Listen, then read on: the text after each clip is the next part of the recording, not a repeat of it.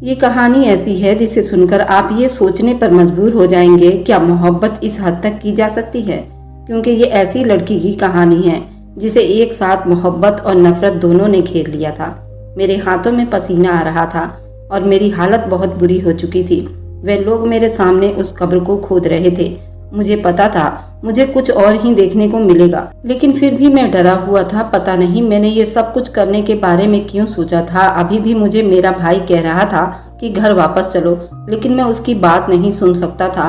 थोड़ी देर के बाद मैंने कब्र खोदी और सामने का मंजर देखकर मैं हैरान रह गया। इससे पहले कि मैं हैरानी से बेहोश हो जाता, वहाँ पर एक अजीब सी बात देखने को मिली। क्योंकि जब हम वापस पलट कर जाने लगे, हमने देखा कि कब्र के अंदर से बच्चे की रोने की आवाजें। मैं बाहर विदेश में अपने परिवार के लिए कमाने गया हुआ था। मेरा नाम आकिब है और मेरी 5 बहनें थीं। मैं 5 बहनों का इकलौता भाई था। मेरी माँ ने मेरी शादी करवा दी। उसके 1 महीने के बाद ही मैं विदेश चला आया था। मेरी बीवी का नाम फरजाना था।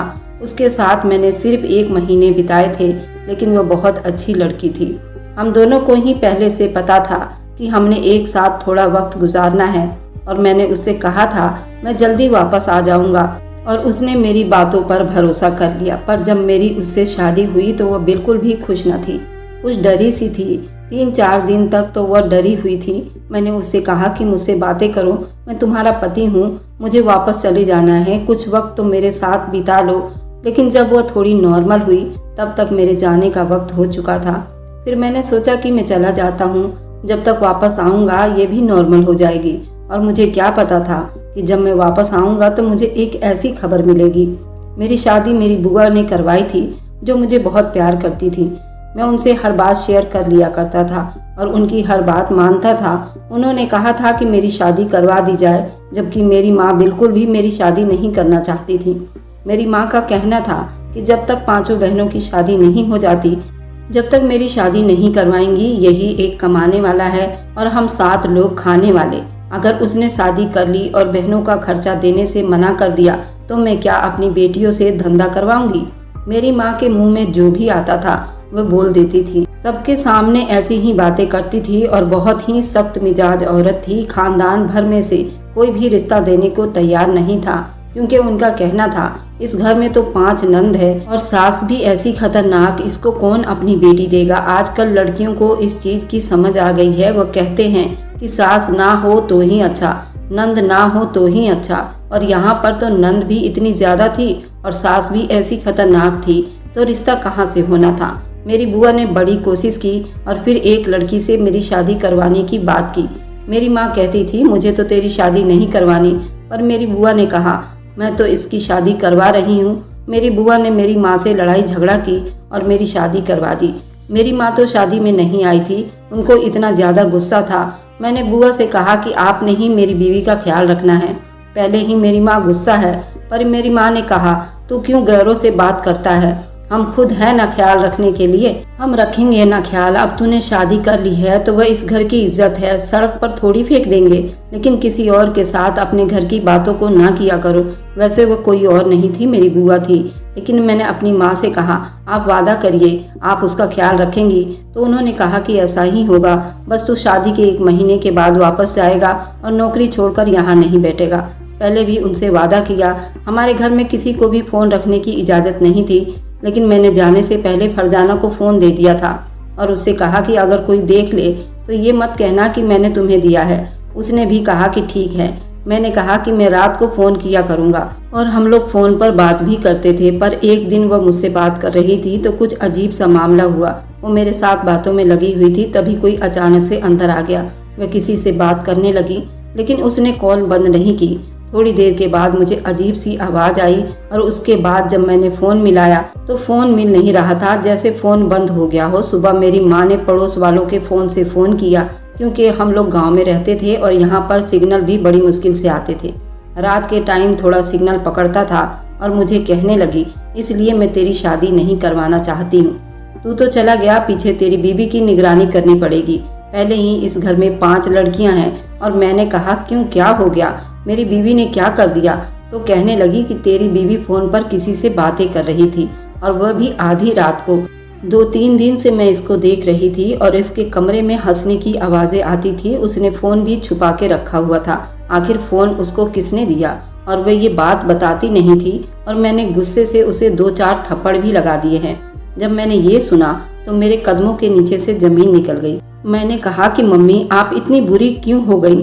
आपने कैसे उस पे हाथ उठा दिया? अभी उसकी शादी को वक्त कितना हुआ है? तो कहने लगी, उसको भी तो समझ आनी चाहिए कि अभी शादी इतना वक्त नहीं हुआ और बैठी है यार फंसा के। मैंने कहा, मम्मी यार की बात नहीं है, मैंने उसे फ़ोन दिया था और मैं ही उसके साथ बातें करता था। मैंने उसे कहा था किसी को नहीं बताना। वे बेचारी मासूम है, उसने मेरी बात मानी। आप लोगों को ये भी नहीं बताया कि आपके बेटे से ही बात कर रही है और आपने उस पर हाथ उठाया। आपको ये बिल्कुल भी नहीं करना चाहिए था। मेरी उससे बात करवाओ तो मेरी माँ भी हैरान रह गई। उसने कहा कि फिर तुझे बताना चाहिए था ना, बीवी के साथ बैठकर खिचड़ी पका रहा है, माँ और बहनों को बीच में से निकाल दिया है। मैं बात नहीं करवा सकती हूँ। वह अपने कमरे में सुबह से बैठी रो रही है। मैंने कहा कि फ़ोन कहाँ है उसका, उसको कहो कि अपना फ़ोन ऑन करे। तो मेरी माँ ने कहा, वह तो मैंने उसे लेकर दीवार पर दे मारा था तो वह तो टूट गया। मुझे इतना गुस्सा आ रहा था लेकिन सामने माँ थी, क्या बोलता। मैंने फ़ोन ही बंद कर दिया। दोबारा फ़ोन करने की कोशिश करती रही लेकिन मैंने फ़ोन नहीं उठाया। पूरे 2 हफ्ते तक किसी से बात ना की। महीने की पहली तारीख आई तो मैंने अपनी बीवी के भाई के पास पैसे भेजे और उससे कहा कि अपनी बहन को एक अच्छा वाला मोबाइल लेकर देना। उसने ऐसा ही किया और ये बात भी जब मेरी माँ को पता चली तो उन्होंने घर में बहुत ज़्यादा फसाद बनाया। पर मैंने कहा कि आप लोगों ने भी तो उसके साथ बुरा किया था। मेरी माँ ने कहा, आकिब फिर तुझे 5 फ़ोन और खरीदने पड़ेंगे। जब अपनी बीवी को लेकर दिया है तो अब बहनें भी जिद करेंगी। मैंने कहा कि बहनों की क्या मजाल है कि जिद करें। उन्हें कहो कि जब तुम्हारी शादी होगी तुम्हें तुम्हारे पति फ़ोन लेकर देंगे। मेरी बीवी है और मैं उसके लिए फ़ोन लूँगा तो वह मुझसे ही बात करेगी ना। मेरी बहनों को किससे बात करनी है? मेरी माँ हैरान थी। तेरी शादी हो गई है तो तेरी जुबान तो 2 फीट की हो गई है। मैंने कहा कि क्यों ना हो मेरी जुबान लंबी, 7 लोगों का खर्चा चलाने वाला हूँ तो मेरी ही मर्जी चलेगी ना। इसके बाद मेरी माँ चुप हो गई लेकिन मैंने भी उनको मनाने की कोशिश नहीं की। उन्होंने तो सारे खानदान को अपने पीछे लगाया हुआ था। सारी जिंदगी मेरे बाप को भी इसी तरह तंग किया था और वह बेचारा इस दुनिया से चला गया। अपने ससुराल वालों के खिलाफ तो अभी भी साजिशें करती फिर रही थी और मेरी भी शादी नहीं करवा रही थी। मेरी माँ एक लालची औरत थी और उसमें कोई शक नहीं था। वह जालिम भी थी और उन्हें अपनी बेटियों के अलावा किसी की भी फिक्र न थी। ऐसे में अगर मेरी बीवी फरजाना गुजारा कर रही थी, उनके घर के काम भी करती थी तो उनको इसकी इज्जत करनी चाहिए थी। मैंने अपनी बीवी से बात की लेकिन उसने कोई शिकायत न की। उसने कहा कि कोई बात नहीं, मम्मी को गलतफहमी हो गई थी और फिर अपनी माँ भी तो बच्चों पर हाथ उठा लेती हैं। उन्होंने उठा लिया तो कोई बात नहीं। जब इंसान बच्चे और माँ के बीच फंस जाता है और ये समझता है कि वो क्या करे, बीवी जैसी भी हो आपकी हमसफर होती है। सारी जिंदगी उसने आपके साथ गुजारा करना होता है। मुझे भी ज्यादातर अपनी माँ और बहनों की ही गलती लगती थी और फिर मेरी बीवी कैसे गलत हो सकती थी। अभी 1 महीना नहीं हुआ था शादी को, मैं उसे वहाँ छोड़कर आ गया था। सारे घर का काम करती थी और किसी के सामने कुछ भी नहीं बोलती थी और मुझसे कुछ भी नहीं मांगती थी। अब इससे ज्यादा अच्छी बीवी और क्या होती। अच्छी बीवी किसको कहते हैं, तो फिर मैं क्यों ना उसका ख्याल करता। लेकिन वही बात है ना, जितना पति अपनी बीवी के साथ अच्छा होता है उतना ही घर वालों के सामने बुरा हो जाता है। एक बार मुझे फरजाना ने बताया कि उसका एक पागल कजन है जो उससे शादी करना चाहता था और उसके पीछे पड़ा हुआ था। तो कहने लगी कहीं वो किसी दिन मुझसे फ़ोन पर बात ना करे क्योंकि मुझे पिछले दिनों रॉन्ग नंबर आया था। मैंने कहा कि पागल हो, फ़ोन पास होता है तो रॉन्ग नंबर भी आ जाता है और अगर वो बात करेगा तो क्या हो गया, अब तो तुम मेरी बीवी हो। अगर कोई ऐसी वैसी बात हुई तो मुझे बता देना। कहने लगी नहीं, ऐसी वैसी कोई बात नहीं है क्योंकि वह सचमुच पागल है। लेकिन वह होते हैं ना कुछ लोग पागल जिनको कुछ लड़कियां पसंद आ जाती हैं, इस तरह का पागल है। बेचारा सच में पागल है। मैंने उससे कहा कि डरो मत, थोड़ी बहादुर बन जाओ। जिन पत्नियों के पति विदेश गए होते हैं ना, उन पत्नियों को बहुत ज्यादा बहादुर होना पड़ता है। और तुम अपने पागल कजन से डर रही हो। उसके कजन का नाम असलम था और बचपन से उसकी शादी असलम के साथ ही होनी थी। लेकिन ऐसा हुआ कि असलम का एक कार एक्सीडेंट हुआ और उसके बाद उसका दिमाग हिल गया और तब से ही वो पागल हो गया। मैंने कहा कि वैसे इंसान से डरने की ज़रूरत नहीं, बल्कि उसके लिए तो दुआ करो। उसने मुझे कहा कि आपको बुरा नहीं लगा कि मेरा रिश्ता किसी और से होने वाला था तो मैंने उससे कहा कि नहीं, मुझे क्यों बुरा लगेगा। दिन इसी तरह गुजरने लगे और एक दिन मुझे मेरी पत्नी ने एक ऐसी बात बताई। सुबह से कह रही थी कि कोई बात करनी है और मेरा काम ऐसा था कि मैं रात को ही फ्री हो पाता था। मैंने कहा कि अच्छा बता दो। कहने लगी नहीं, आराम से बताऊंगी। रात हुई तो हम लोगों की बात शुरू हुई। मैंने कहा कि अब तो बता दो। पता नहीं क्यों वह बहुत ज़्यादा शर्मा रही थी। मैंने कहा कि बताओ भी, क्या बात है। तो कहने लगी बहुत ज़रूरी बात है, आप पापा बनने वाले हैं। ये सुनकर हैरान रह गया। मैंने कहा क्या सच में? तो उसने कहा कि हाँ, मुझे आज ही पता चला। मुझे भी तो भारत आए हुए 2 महीना हुआ था। इसका मतलब कि ये खबर बिल्कुल सच्ची थी। मैं तो अभी भी यकीन नहीं कर पा रहा था। बहुत ज़्यादा खुश हो रही थी और कहने लगी अभी मैंने किसी को भी नहीं बताया, ना अपनी मम्मी को ना आपकी मम्मी को। आप क्या कहते हैं, मैं बता दूं? तो मैंने उससे कहा कि नहीं, तुम अभी नहीं बताओ, मैं अगले महीने आ रहा हूँ तो मिलकर बताएंगे। मैंने अपनी माँ को सरप्राइज भी देना था और मेरे दिमाग में कोई और बात भी आई थी। इसकी वजह से मैंने मना किया था और कहा था कि अभी वह किसी को ना बताए। उसने कहा कि ठीक है, आप आएंगे तो मिलकर बता देंगे और वह इस बात पर भी खुश हो गई। मैं अगले महीने आ रहा हूँ। अब मेरी गलती थी या मासूमियत या मेरी आदत, मैं अपने सारे प्लान अपनी माँ से डिस्कस करता था और उनको सब कुछ बताता था। मैंने उनको फ़ोन किया और उस दिन मेरा मूड बहुत अच्छा था। इस खबर की वजह से भी और वैसे भी मुझे बोनस मिला था। मैंने उनको बताया कि मुझे बोनस मिला है तो वो बहुत खुश हुई। उन्होंने पहले मुझे ये खुशखबरी सुनाई कि बड़ी बहन के लिए रिश्ता आया। उन्होंने बात पक्की कर दी है। मुझे सारे खर्चे बताए और कहा कि बस उन लोगों की शादी की बहुत जल्दी है।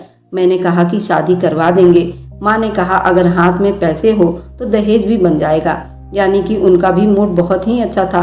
तो अपनी माँ से आपस में एक दूसरे से दिल की बातें करनी शुरू कर दी। मैंने कहा कि मैं कुछ दिनों में घर आ रहा हूँ, लेकिन आप किसी को भी ना बताना। मुझे अपनी पत्नी को सरप्राइज करना है और फिर सोच रहा हूँ कि 2 महीने के लिए उसे अपने साथ यहाँ ले आऊँ। 2 महीने यहाँ मेरे साथ रहेगी, फिर उसके बाद वापस छोड़ आऊँगा। जब से हमारी शादी हुई है हमने एक साथ ज्यादा वक्त नहीं बिताया और मैं उसे हनीमून पर भी लेकर नहीं गया। उसने तो मुझसे मुंह दिखाई में भी कुछ नहीं मांगा था। इसलिए सोच रहा हूँ उसके लिए एक छोटा सा सरप्राइज टूर प्लान करूँ। मेरी कंपनी में ऐसा सिस्टम था, अगर आपकी पत्नी है आप उसे अपने पास बुलाना चाहते हैं तो वह इसका टिकट फ्री देते थे। इसलिए मुझे कोई मसला नहीं था। और मेरी माँ ने कहा कि बेटा तू 2 महीने के लिए उसे ले जाएगा तो घर के काम कौन करेगा। मैंने कहा कि मम्मी आप कैसी बातें करती हैं, घर में 5 लड़कियां हैं और आप लोग सिर्फ फरजाना से काम करवाते हो। तो वो कहने लगी बेटा 5 बहनें हैं तो क्या हुआ, बहनों ने सारी जिंदगी काम किया है, इसका भी तो कोई फर्ज बनता है ना। तो मैंने उससे कहा क्या वह सारे घर का काम करती है। तो मेरी माँ जल्दी से बात बदलने लगी, नहीं घर के काम नहीं करती, खाना वगैरह बनाती है और हमें तो उसके हाथ का खाना खाने की आदत हो गई है। मैंने कहा फिर आप 2 महीने गुजारा कर लीजिए, उसके बाद उसने वहीं पर रहना है। मेरी माँ ने कहा इसका मतलब कि तेरा पक्का इरादा है और तू उसे 2 महीने वहाँ पर रखेगा तो खर्चा नहीं होगा। मैंने कहा कि हो जाएगा। होगा खर्चा तो क्या हो गया, 2-4 महीने आपको पैसे कम भेज दूंगा, लेकिन ये भी तो जरूरी है ना, मेरी अपनी जिंदगी भी तो है। मेरी माँ चुप हो गई, उसके बाद कुछ ना बोली और मुझे लगा थोड़ी नाराज हो जाएंगी, मगर कहती थी कि बिजी हैं और काम में हैं। मैंने भी फोन ना किया और मैं वापस जाने की तैयारी करने लगा। मुझे पता था, मैंने अपनी बीवी से कहा था मैं अगले महीने आ रहा हूँ, लेकिन मैं उससे भी पहले जाने की तैयारी में था, उसे सरप्राइज मिल सके।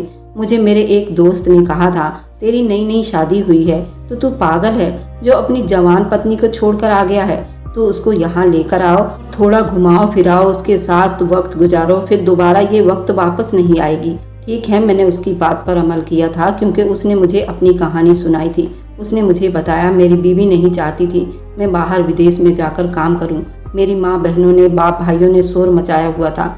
वह तो मुझे बहुत प्यार करती थी, हमारी लव मैरिज हुई थी। मुझे कहने लगी कि मुझे तो कुछ नहीं चाहिए। फिर ये ना कहना कि मेरे लिए जा रहे हो, अपने बाप भाइयों के लिए जा रहे हो। और जाते हुए मेरा उससे काफ़ी झगड़ा हो गया था और मैं यहाँ आ गया। मैं 2 साल तक वापस नहीं जा सकता था क्योंकि वीज़ा वगैरह लगवाने के लिए कर्ज लिए थे। जब तक कर्ज नहीं उतरने वाला था तब तक वापस नहीं जा सकता था। उसने मुझे एक बार भी फ़ोन पर बात नहीं किया और ना ही मुझे मैसेज किया। मुझे व्हाट्सएप से ब्लॉक कर दिया, सारी जगह से ब्लॉक कर दिया, यहाँ तक कि अपना फ़ोन भी बेचकर पैसे मेरी माँ को दे दिए। मुझे नहीं चाहिए, बस मैं अपनी माँ से पूछता था कि उसकी तबीयत कैसी है।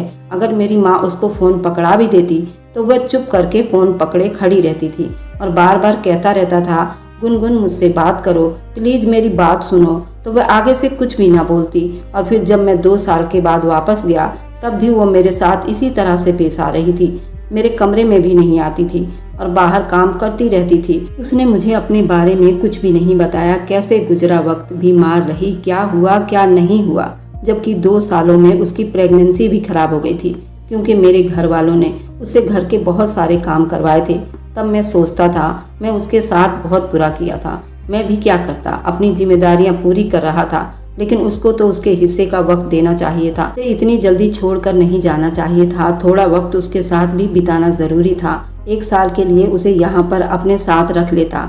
थोड़ी मुश्किलें होती, लेकिन कम से कम रिश्ता तो खराब नहीं होता। अब मैं चाहता हूँ तो वो कहती है कि वापस कब जाएंगे, आपके जाने का वक्त हो गया है। लेकिन वो बिल्कुल भी मुझसे नजरें नहीं मिलाती। अपना फर्ज पूरा करती है लेकिन मोहब्बत नहीं करती। मैं ये सुनकर ही परेशान हो गया था कि कल को मेरे साथ भी मेरी पत्नी ऐसा ना करे। मैं ये सब कैसे बर्दाश्त करूँगा। मेरा दोस्त कहता था, यार औरत की जिंदगी बहुत ही छोटी सी होती है, वह अपने पति के आजू बाजू घूमती है। मैं तो अपनी पत्नी के इस दुनिया से निकल गया। अब उसे मेरी कोई परवाह नहीं है, मैं आऊँ या जाऊँ। और हमारे यहाँ बच्चे भी पैदा नहीं हो रहे क्योंकि डॉक्टर ने कहा है मेरी पत्नी को बहुत ज़्यादा टेंशन है। वह खुद जलती है और साथ में मुझे भी जलाती है। औरत का इंतकाम ऐसा ही होता है और मेरी यही राय है, तुम अपनी पत्नी को इस मुकाम पर न लेकर आओ। इसलिए अभी तेरे पास वक्त है। मैंने सोचा था कि ऐसा ही करूँगा और वैसे भी फरजाना माँ बनने वाली थी। अगर मैं उसे अपने साथ ले आता तो उसके ऊपर अच्छा असर पड़ता। मगर मेरी माँ ने जिस जगह मेरी बहन का रिश्ता पक्का किया था उन लोगों ने बहुत ज़्यादा पैसे मांग लिए। वह लोग भी बहुत कुछ मांग रहे थे, अलग से पैसे भी मांग रहे थे और गाड़ी भी मांग रहे थे। हमने कहा कि गाड़ी नहीं दे सकते तो फिर कहने लगे फिर मोटरसाइकिल लेकर दें। मुझे तो साफ पता चल रहा था मेरी बहन के ससुराल वाले 1 नंबर के लालची हैं और लालच में आकर रिश्ता कर रहे हैं। तो मेरी माँ ने कहा तेरी बहन की पसंद है, अब लड़का भी बहुत अच्छा है और उसकी सहेली का भाई है। मैंने कहा फिर यूं कहो ना कि पसंद की शादी कर रही है तो फिर हम इतना सारा दहेज क्यों दें। उससे कहिए ना कि लव मैरिज की है, फिर थोड़ी कुर्बानी भी दे। तो मेरी माँ मुझसे लड़ने लगी, वह तेरी बड़ी बहन है, तुझसे भी बड़ी है और फिर हमने ही उसकी शादी करने में देरी की है। जो पैसे उसकी शादी में लगने थे वे तेरी पढ़ाई में लगाकर तुझे विदेश भेजा। अब तू आगे से बातें कर रहा है। उन लोगों को बहुत जल्दी है, तू पैसे भेज, मैं जल्दी जल्दी दहेज बनाऊं। खुद ही तो कह रहा था हाथ में पैसे हो तो झट से दहेज बन जाते हैं। मैंने कहा कि मुझे लगा था नॉर्मल सी मांग होगी, 1 कमरे का सामान होगा और ये तो गाड़ियां तक मांग रहे हैं। मैं कहाँ से कितने पैसे दूं? मेरी माँ ने कहा ठीक है मैं तेरी बहन को बता देती हूँ। और 2 दिन गुजरे तो मेरी माँ ने रात के टाइम फोन किया और कहने लगी तेरी बहन राहत ने खुदकुशी करने की कोशिश की है। उसने अपने हाथ को काट लिया और बड़ी मुश्किल से उसकी जान बचाई है और तूने ही तो उसका दहेज बनाने से मना किया था। तो वे लोग भी रिश्ता खत्म करने की बात कर रहे थे। तू क्या चाहता है, मेरी बेटी मर जाए? मेरी माँ तो ऐसे सर पीट रही थी और ऐसे रो रही थी। जो पैसे मैंने फरजाना और अपने लिए रखे थे उसे यहाँ लेकर आऊँगा, फिर यहाँ पर 2 महीने अपने साथ रखूँगा। वो पैसे मैंने अपनी माँ को भेज दिए और कहा कि बना दो दहेज, कर दो उसकी शादी। मैं शादी में नहीं आ सकता। मेरी माँ ने तो दूसरी बात ही ना की। तू क्यों नहीं आएगा? नाराज हो गया, लेकिन तेरे आने का प्लान भी तो था। फिर तू कब आएगा? उसने तो कोई बात ही नहीं की। उसने कहा कि ठीक है पैसों का इस्तेमाल कर लिया है, मैंने फरजाना से कह दिया मैं 2 महीने बाद आऊँगा। मेरा थोड़ा काम बढ़ गया है। उसका दिल भी टूटा होगा, उसे भी बुरा लगा होगा, लेकिन उसने उफ तक नहीं किया और कहा कि जैसे आपकी मर्जी। वह तो वैसे भी चुप करके मेरी बात मान लेती थी, मुझसे कोई शिकायत नहीं करती थी, तो मुझे उस पर और भी ज्यादा मोहब्बत हो जाती थी। लेकिन मैं क्या करता, मजबूर था और फंस गया था। फिर उसके ऊपर ये कयामत आ गई कि पूरी दुनिया में एक बवाल समझ गया था। कोरोना आ गया था। इस बीमारी ने पूरी दुनिया को बंद करके रख दिया था और मैं बिल्कुल भी ना जा सका। फरजाना का फोन चोरी हो गया था और अब मेरे पास इतने पैसे नहीं थे कि मैं नया फोन दिलवा दूं, क्योंकि हमारा भी काम बंद हो गया था। हम लोग तो बस अंदर कैद होकर रह गए थे। देश से बाहर जा सकते थे और ना नौकरी कर सकते थे। उधार करके गुजारा चल रहा था। घर के हालात भी बहुत बुरे हो गए थे। बड़ी बहन की शादी हो गई, वह ससुराल चली गई। ये वक्त भी बहुत ही बुरा था। 6-7 महीने के बाद हालत कुछ ठीक हुई तो मैं वापस आ सकता था। अभी तक तो शायद फरजाना की डिलीवरी हो गई होगी।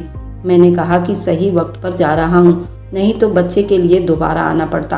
अब जाऊँगा तो अपनी औलाद की शक्ल देखकर थोड़ा वक्त उसके साथ बिताकर ही वापस आऊँगा। घर वालों को फिर से सरप्राइज देने का प्लान बनाया था, इसलिए अचानक आ गया और घर में दाखिल हुआ तो मेरी मम्मी कपड़े धो रही थी, मेरी बहनें खाना बना रही थी और फरजाना कहीं नजर नहीं आ रही थी। मेरी ख्वाहिश थी कि जब मैं दरवाजे पर दस्तक दूं तो वही दरवाजा खोले, लेकिन उसने दरवाजा नहीं खोला। मेरी आंखें उसी को तलाश कर रही थी। मैं उसको देखना चाहता था, कैसे वो मुझे देखेगी और हैरान होगी, मेरी तरफ भागेगी। वह तो अब नहीं आ सकती थी, ना ही मेरे गले लग सकती थी, लेकिन मुझे देखकर जो उसकी आंखों में खुशी उमड़ती, वह देखने के लिए मैं कुछ भी कर सकता था। मैं बहुत खुश था और उसके लिए बहुत सारे तोहफे लाया था। अपनी औलाद के लिए भी शॉपिंग करके लाया था। मुझे पता था कि आज कल में ही मेरी पत्नी की डिलीवरी होगी और मैं बाप बनने वाला हूँ, क्योंकि काफ़ी महीने गुजर चुके थे और 1 महीने से तो उसने मुझसे बात भी नहीं की थी। कहती तो वह कुछ भी नहीं थी। फिर माँ से बात करता था तो माँ से कहता था कि फरजाना से बात करवा दो। माँ कहती थी कि वह बात नहीं कर रही। मुझे पता था वह नाराज़ थी, तो मैंने भी सोचा अब सीधा जाकर मनाऊंगा। इसलिए मैंने भी ज़्यादा फोर्स नहीं किया कि जब मैं उसके सामने खड़ा होता उससे कहता नाराज हो क्या, जाने मन मुझसे क्यों नाराज है, तो वो मान जाती। वह तो कभी भी नाराज ही नहीं रहती थी। मैं तो उसके लिए सोने का सेट भी लेकर आया था। जिस जगह पर काम करता था वहाँ का सोना बहुत मशहूर था। आखिरकार इतना तो बनता ही था। उसके मुंह दिखाई का तोहफा, एक बहुत प्यारा सा सोने का सेट। लेकिन मैंने किसी को भी नहीं बताया था। मैं किसी को दिखाना भी नहीं चाहता था, नहीं तो इधर से उधर हो जाता। मम्मी कहती बहन के लिए रख दो, उसकी शादी में दे देंगे। लेकिन जो हक मेरी पत्नी का था वो मैं बहन को कैसे दे सकता था। इसलिए मैंने उससे पहले ही छुपा कर रखा हुआ था। अपनी तरफ से बहुत चालाक बनकर आया था, बहुत उछल रहा था। अपने बच्चों के लिए अपने दिमाग में बहुत सारे सपने सजा रखे थे। अपने बच्चे के साथ खूब खेलूंगा। जब मेरी बीवी माँ बनेगी, मैं बाप बनूंगा, वह दिन मेरी जिंदगी का सबसे खुशी का दिन होगा। मुझे देखकर मेरी माँ बड़ी खुश थी। उन्होंने मुझे अंदर बिठाया। मेरी बहन को कहा कि जल्दी जल्दी मेरे बेटे का पसंद का खाना बनाओ। अभी सुबह के 10 बजे थे। सारी बहनें भी खुश हो गई। बार बार कहने लगी हमारे लिए क्या लेकर आए हो। मैं उनके लिए भी बहुत कुछ लाया था। मैंने कहा कि अरे बैठने दो। मुझे लगा कि अभी मेरी माँ कहेगी कि जाओ जाकर भाभी को बुला कर लाओ, उसे कहो कि आकिब आया है, लेकिन वह ये शब्द ही नहीं बोल रही थी। जब मैंने खुद ही फरजाना को आवाज दिया, कहा कि फरजाना, उन सबके चेहरे ऐसे बन गए जैसे पता नहीं मैंने क्या पूछ लिया हो। अपनी बीवी के बारे में ही तो पूछा था मैंने, लेकिन उनके चेहरे को देखकर ऐसे लग रहा था जैसे मैंने कोई बहुत मुश्किल सवाल पूछ लिया हो। सभी लोग एक दूसरे की तरफ देख रहे थे कि जैसे किसी शुभ मुहूर्त का इंतजार कर रहे थे। अब ये कौन बोलेगा, और अगर इससे पहले कोई और बोल पड़ा तो कोई मुसीबत आ जाएगी। मैंने कहा कि मैं अपने कमरे में जा रहा हूँ। वैसे वो मेरे कमरे में ही होनी चाहिए थी, लेकिन अभी तक वो बाहर क्यों नहीं आई, उससे मेरी आवाज भी नहीं आई। तो मेरी माँ मेरे सामने आकर खड़ी हो गई और अचानक से ऐसे रोने लगी जैसे किसी डायरेक्टर ने पीछे से एक्शन का इशारा किया हो। मैंने अपनी माँ से पूछा, मम्मी आप इतनी बुरी तरह से क्यों रो रही हैं, आखिर हुआ क्या है? तो कहने लगी वह तेरी बीवी। मैंने कहा क्या हो गया मेरी बीवी को, क्या कर दिया है उसने? तो कहने लगी कि वह तो इस दुनिया से चली गई है। मैं ये सुनकर हैरान रह गया। मैंने कहा क्या मतलब, ये कैसी बातें कर रही हैं आप? क्या आप लोग मेरे साथ कोई मजाक कर रहे हो? मेरी माँ ने कहा नहीं, उसे तो इस दुनिया से गए हुए 1 महीना हो गया है। मैं ये सुनकर हैरान रह गया और मैंने कहा ऐसा कैसे हो सकता है? कहने लगी उन्हीं दिनों में हुआ था जब सेकंड कोरोना पीक पर थी। वह बेचारी छत पर कपड़े फैलाने गई और वहाँ से नीचे गिर गई, इस दुनिया से चली गई। हम दोनों ने तुम्हें ये बात नहीं बताई बेटा, क्योंकि तुमने वैसे भी नहीं आना था। हमने सोचा कि तू वहाँ पर बैठे बैठे गम की आग में जलता रहेगा, रोता रहेगा, जब आएगा तो तभी बता देंगे। मैंने कहा कि आप लोग मजाक कर रहे हैं। मैं अपने कमरे में चला गया और बार बार फरजाना को आवाज देने लगा, लेकिन कमरे को देखकर साफ पता चल रहा था यहाँ पर वो नहीं थी। ना तो उसकी खुशबू आ रही थी और ना ही उसकी कोई चीज पड़ी थी। मेरा तो हालत ही बुरा हो गया। मैंने कहा कि वह तो प्रेग्नेंट थी। मेरी माँ ने हाँ में सिर हिला दिया। हाँ, हमें भी बाद में पता चला था, पता नहीं वो बच्चा किसका था। मैंने कहा कि मेरा बच्चा था। मुझे पता था कि वो प्रेग्नेंट थी। जब ये बात मैंने बताई तो मेरी माँ हैरान रह गई। मैं वहाँ से सीधा भागता भागता उसके घर चला गया और मुझे लगा कि मेरे घर वाले मेरे साथ कोई खेल खेल रहे हैं, शायद वे नाराज होकर वहाँ चली गई है। लेकिन वहाँ पर भी नहीं थी। उसके माँ बाप ने तो मुझसे मिलने से मना कर दिया। उसका भाई छोटा था, उसने कहा कि फरजाना बाजी की मौत की खबर आई थी, उन्होंने तो उसे दफना दिया, हमें भी नहीं बताया। आखिरी बार शक्ल भी देखना नसीब नहीं हुआ। उन लोगों ने मुझे वहाँ से धक्के मारकर निकाल दिया, यानी मेरी दुनिया लुटी पड़ी थी और मुझे पता भी नहीं था। वह सोने का सेट और वो बच्चे के कपड़े, अपनी बीबी के लिए तोहफे, जिसके लिए ये सब कुछ लेकर आया था, वह तो इस दुनिया में न थी। मैं बेहोश हो गया और मुझे 3 दिन के बाद होश आया। मैंने कहा कि मुझे उसकी कब्र पर जाना है तो मेरी माँ मना करने लगी, लेकिन फिर कब्र पर ले गए। जब कब्र को देखा तो कब्र से लिपटकर रोने लगा। ये क्या हो गया था मेरे साथ? इतना बड़ा अजाब, इतनी बड़ी आजमाइश मेरे लिए था। मेरे पास मेरी बीवी की सिर्फ और सिर्फ वो 1 महीना जो मैंने उसके साथ गुजारे थे और जो कुछ हमारे फोन पर बातें होती थी, बस वही सब यादें मेरे सीने में जल रही थी। इसी सदमे में बेहोश हो गया। मुझे बार बार होश में लाया जा रहा था। मैं रोज शाम को अपनी बीवी की कब्र पर जाकर बैठ जाता था और रोना शुरू कर देता था। आखिरी बार भी मैं उसे ना देख पाया था। ये मेरे दिल में कांटे की तरह चुभ रहा था। मैंने अपनी माँ से पूछा उसे दुनिया से गए हुए कितना वक्त हो गया, तो कहने लगी करीब 3-4 महीने होने वाले हैं। यहाँ पर मेरा एक दोस्त था जिससे मैंने बात की, उसे अपना हाल बताया। वह भी बड़ा परेशान हुआ। एक दिन रात को मैंने उससे फोन किया और कहा कि मुझे तुम्हारी जरूरत है, मुझे एक काम करना है। जब मैंने उसे अपने इरादे बताए तो वो हैरान रह गया। उसने कहा एक तो तुम ऐसा ना करो, मेरा तो यही मशवरा है। मैंने कहा कि नहीं, मुझे ये सब कुछ करना ही है। उसने मेरा साथ देने की हामी भर ली और मैं अपनी बीबी की कब्र खोलना चाहता था, उसको देखना चाहता था। जो कुछ भी देख पाऊँ, जैसे भी हो, बस मैं उसे देखना चाहता था। मेरे दिल की ख्वाहिश थी और मुझे पता था कि ये काम ठीक नहीं है। मुझे चोरी छुपे ये सब करना था। उसने मेरा साथ दिया। कब्र खोदने वाले को हमने कुछ पैसे की लालच में अपने साथ मिला लिया और कहा कि तुम अपनी जुबान बंद रखना, वैसे भी गरीब आदमी था, उसने क्या बोलना था। रात हुई तो रात को हमने कब्र खोदनी शुरू कर दी। मेरी बीबी की कब्र थी और मैं उसका पति था। मेरी मर्जी से ये सब कुछ हो रहा था, इसमें बुरा क्या था? अगर कोई देख भी लेता तो मैं बता सकता था हमने कब्र की अच्छी तामीर करवानी थी, इसलिए कब्र की खुदाई करवा रहे हैं। जैसे जैसे कब्र की खुदाई होती जा रही थी, मेरे आंसू रुक नहीं रहे थे। मेरा दोस्त मुझे तसल्ली दे रहा था और कह रहा था कि मैं तेरे साथ हूँ। लेकिन जैसे ही कब्र खोली, हम दोनों के कदमों के नीचे से जमीन निकल गई और मैं सजदे में गिर गया, क्योंकि ये कब्र तो खाली थी। मेरे दिल में एक उम्मीद जागी, शायद मेरी बीवी जिंदा है और उन्होंने उसे घर से निकाल दिया है। मैंने अपने दोस्त को कहा, इसका मतलब कि मेरी बीवी जिंदा है। मेरी माँ ने उसके साथ कुछ बुरा किया होगा और उसे घर से निकाल दिया होगा, या फिर वो कहीं भाग गई, क्योंकि ये कब्र तो खाली थी। मैं तो खुशी से रो रहा था और मेरे दोस्त ने कहा, हाँ ऐसा हो सकता है, लेकिन हमें इस बात की तय तक पहुंचना होगा। हम आंटी से नहीं पूछेंगे वरना झूठ बोलेंगी, हमें किसी और से पूछना होगा। और बात अभी तो कुछ ऐसी ही थी। मेरी बीबी के घर वाले भी ये कह रहे थे, हमने तो बस कब्र देखी थी, हमें तो हमारी बेटी की आखिरी बार देखना भी नसीब नहीं हुआ। दफनाने के बाद बताया गया। और दूसरी तरफ मामला ये था कि मुझे भी बताया नहीं गया था मेरी बीवी के मेरे घर वालों के साथ कितने बुरे मामलात होते, लेकिन वो मुझे ये बात जरूर बताती, तेरी बीवी इस दुनिया से चली गई। ऐसा नहीं हो सकता था कि वो मुझे ना बताती। ये तो वही बात है कि मैं अपने घर आया और मेरी बीवी घर पर ना थी। हो सकता है कहीं और गई हो। मुझे कह दिया गया कि वह तो मर गई है। ऐसा थोड़ी होता है, ये तो कोई मजाक था। पर मैंने ये 10 दिन बड़ी तकलीफ और परेशानी में बिताई थी, उनका क्या? और अब मेरी बीवी कहाँ थी? क्योंकि वह कब्र के अंदर तो नहीं थी। उसके घर वालों को भी पता नहीं था और मैंने ये बात किसी को नहीं बताई। कब्र हमने वापस बंद कर दिया और अपने कमरे में तलाशी लेने लगा, शायद मुझे कोई सबूत मिल जाए, शायद मेरे लिए कोई चीज छोड़ी हो, कुछ तो हो। मेरी माँ और बहनें मुझसे नजरें नहीं मिलाती थीं। मैं अभी वहीं पर था तो मेरी बड़ी बहन को तलाक हो गई। वह घर आई तो अजीब सा शोर मच गया था। मेरी माँ की आदतें मुझे पता थी। मेरी माँ के लिए गुनाह की सजा मिल रही थी। इसका मतलब कि उसने कोई गुनाह तो जरूर किया था। वह गुनाह मेरी बीवी के ऊपर ही किया होगा, उसके साथ ही कुछ बुरा किया था। लेकिन वह थी कहाँ? मैं कैसे तलाश करता? और उसका फोन तो घर पर ही पड़ा था, जबकि मुझे कहा गया था कि उसका फोन चोरी हो गया है। मैं बड़ा परेशान था। अब कहाँ जाऊँ, क्या करूँ? किसी तरह से तलाश करूं। अगर मेरे घर वालों ने उसके साथ बुरा किया है तो वह अपने माँ बाप के घर भी तो जा सकती थी, लेकिन वो वहाँ पर भी नहीं गई थी। ये बात मेरी समझ से बाहर थी।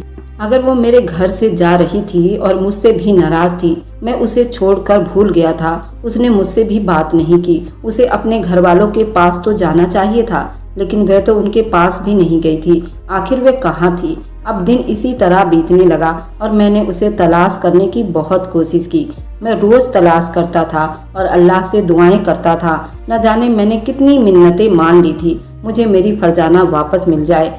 मैं अकेला रहकर क्या करूँगा? अगर मेरी बीवी मिल गई तो मैं मस्जिद की तामीर करवाऊंगा, भूखों को खाना खिलाऊंगा। पता नहीं ये क्या सोच लिया था मैंने, पर वह मुझे कहीं नहीं मिल रही थी। यहाँ तक कि 2 साल का वक्त बीत गया जब एक दिन मैं एक शॉपिंग मॉल में खड़ा था और वहाँ पर एक बच्चा भागता हुआ मेरे पास आया। अगर मैं उस बच्चे को ना पकड़ता तो शायद वह नीचे गिर जाता। उस बच्चे की उम्र 2-2.5 साल थी। शायद उसने अभी अभी चलना सीखा था। मैं वहाँ से हटा। अचानक उसकी माँ पीछे से आई और कहने लगी, आरिफ इधर आ जाओ, कहाँ चले गए थे तुम? जैसे मैंने ये आवाज़ सुनी मेरा दिल बैठ गया। मैंने जैसे ही सामने देखा तो मैं हैरान रह गया, क्योंकि वह कोई और नहीं, मेरी फरजाना थी। मैं मॉल के अंदर ही पागलों की तरह उसके गले लग गया। कहने लगा, तुम कहाँ चली गई थी? मैंने तुम्हें कितना तलाश किया। वो मुझसे दूर भागने लगी। ऐसा नहीं था कि वो फरजाना की शक्ल की कोई दूसरी लड़की थी, पर वो मेरी बीवी थी। फरजाना ने मुझे कहा, ये आप क्या कर रहे हैं? वह अपने बच्चे को लेकर वहाँ से जाने लगी। उसका पति था या जो भी था वो भी उधर आ गया। उसे राहत कह रही थी, बुला रही थी। अब तो मुझे यकीन हो गया ये मेरी फरजाना है, लेकिन वो मुझसे अपना हाथ छुड़ाकर राहत के पास जाकर खड़ी हो गई। उसने ऐसा क्यों किया? इससे पहले कि मैं मॉल वाले मुझे पकड़ते और पुलिस के हवाले करते, मैं किसी औरत को छेड़ रहा था। राहत ने कहा, तुम भी हमारे साथ चलो। मैं भी उनके साथ गाड़ी में बैठ गया और मुझे तो फरजाना ने बताया था राहत पागल है, लेकिन ये तो बिल्कुल ही ठीक ठाक आदमी लग रहा था। मैं हैरान था। मेरी अपनी बीवी फरजाना मुझे देखकर जिस तरह से दूर हटी, जैसे मैं कोई गैर हूँ, और मैं उसके लिए कितना तड़प रहा था। मैंने राहत का गिरबान पकड़ लिया और फरजाना उस टाइम घर में थी। शायद ये किसी का घर था और वह आदमी मुझे बालकनी में लेकर बैठा था। मैंने कहा कि तू कौन है और मेरी बीवी के साथ क्या कर रहा है? तो कहने लगा कि मैं वो हूँ जिसने तेरी बीवी की जान बचाई है, वरना आज ना तेरी बीवी होती और ना ही तेरा बच्चा। कहने लगा कि मैं वही राहत हूँ जो तेरी बीवी से शादी करना चाहता था। हमारे खानदान के बीच में कुछ झगड़ा हो गए थे, जिसकी वजह से मेरी फरजाना से शादी नहीं हो पाई और इसी गम में मेरा एक्सीडेंट भी हो गया था। सब मुझे पागल कहते थे, पर मैं पागल नहीं था। मुझे अपनी मोहब्बत को खो जाने का गम था। इसी वजह से फरजाना की शादी उसके घर वालों ने मुझसे नहीं की और मेरी और फरजाना की शादी के खिलाफ षड्यंत्र रचने लगे और इसी बीच तुझसे शादी करवा दी गई। इसी सदमे में मैं पागल हो गया, लेकिन मैं पागल नहीं था, बस अपनी मोहब्बत का खो जाने का गम था। तुम्हारे घर के आसपास चक्कर लगाता रहता था। कभी फरजाना से बात नहीं की थी, बस दूर से उसे देखता रहता था। कहीं नजर आ जाए तो आंखों को सुकून मिल जाए, और मेरा ये चक्कर लगाना एक दिन काम आ गया। तुम्हारे घर से चीखने चिल्लाने की आवाज आ रही थी। तुम्हारी माँ और तुम्हारी बहनें मिलकर इस पर जुल्म कर रही थी। इसे इतनी बुरी तरह से मारा कि वो बेहोश हो चुकी थी और उसे जिंदा ही दफनाकर चले गए थे। लेकिन मैं वहीं पर मौजूद था और ये सब कुछ देखता रहा। मैं दिल पर पत्थर रखकर ये सब कुछ कैसे देख रहा था ये तो मैं ही जानता हूँ। इसके बाद मैंने जल्दी से उसे वहाँ से निकाल लिया और डॉक्टर के पास ले गया। डॉक्टर ने कहा कि ऑपरेशन करना पड़ेगा क्योंकि ये औरत माँ बनने वाली है। और उसी रात तुम्हारा बेटा पैदा हुआ। तुम्हारा बेटा 1 महीने तक अस्पताल में था और जिंदगी और मौत की जंग लड़ रहा था। फरजाना को कुछ पता नहीं था कि उसके सर पर गहरी चोट लगी थी। उसे अभी भी कुछ पता नहीं है। मैं तुम्हारे बारे में जानती नहीं, बस सब कुछ भूल गई है। लेकिन मेरा अल्लाह गवाह है, मैंने इसका कोई फायदा नहीं उठाया, बस इसका ख्याल रखा, क्योंकि मैं जानता हूँ वह अभी भी तुम्हारे निकाह में है। तुम्हें पता है मौलाना साहब क्या कहते हैं कि अगर इसे अपना निकाह याद नहीं तो फिर उस निकाह की कोई वैल्यू नहीं है। मुझे नहीं पता था कि तुम वापस आ गए हो, नहीं तो पहले दिन से ही इसे तुम्हारे पास लेकर आता। वह अपने घर वालों को भी नहीं पहचानती, इसलिए मैं इसे वहाँ पर भी नहीं लेकर गया। मैं फूट फूट कर रोना शुरू कर दिया था और अपने इस मददगार की शुक्रिया अदा की। मैंने कहा कि अब क्या करना चाहिए, तो कहने लगा, देखो बच्चा तो तुम दोनों का ही है, हमें फरजाना को ये बात समझानी होगी। डॉक्टर ने भी यही कहा था, धीरे धीरे बात समझाइए। हम लोगों ने उसको आराम आराम से ये बात बताई शादी की तस्वीर भी दिखाई, मैसेज भी दिखाए, वीडियो दिखाई और बच्चे का डीएनए मेरा ही था। इस बात से पहले बहुत हैरान हुई, परेशान हुई और रोती रही, लेकिन धीरे धीरे उसे समझ आ गई कि उसके साथ एक हादसा हुआ है और मैं ही उसका पति हूँ। मैंने एक घर किराए पर ले लिया, उसे वहाँ पर रखा, अपने बच्चे को गले लगाकर बहुत खुश हुआ। बच्चा तो मेरा था, मेरे पास आकर जैसे मुझे पहचान गया, बिल्कुल भी नहीं रोया। मैंने राहत की बहुत शुक्रिया अदा की क्योंकि उसने मेरे ऊपर बहुत बड़ा एहसान किया था। मैंने अपनी माँ से अभी तक कोई बातचीत नहीं की। 3 महीने हो गए, वह मुझे तलाश कर रही होगी क्योंकि यही उनका सजा था। मैं उनको कुछ नहीं कहूँगा। अगर आपको आज की कहानी पसंद आई है तो वीडियो को जरूर लाइक कीजिएगा और अपने दोस्तों के साथ शेयर भी कीजिएगा। और हाँ, अगर आपने अभी तक हमारे चैनल को सब्सक्राइब नहीं किया है तो जरूर सब्सक्राइब कर लें। मिलते हैं हम अपनी कल की एक और नई दिलचस्प कहानी के साथ। मुझ पर सदा अपना प्यार और स्नेह बनाए रखें। सभी को मेरा प्यार भरा नमस्कार दोस्तों।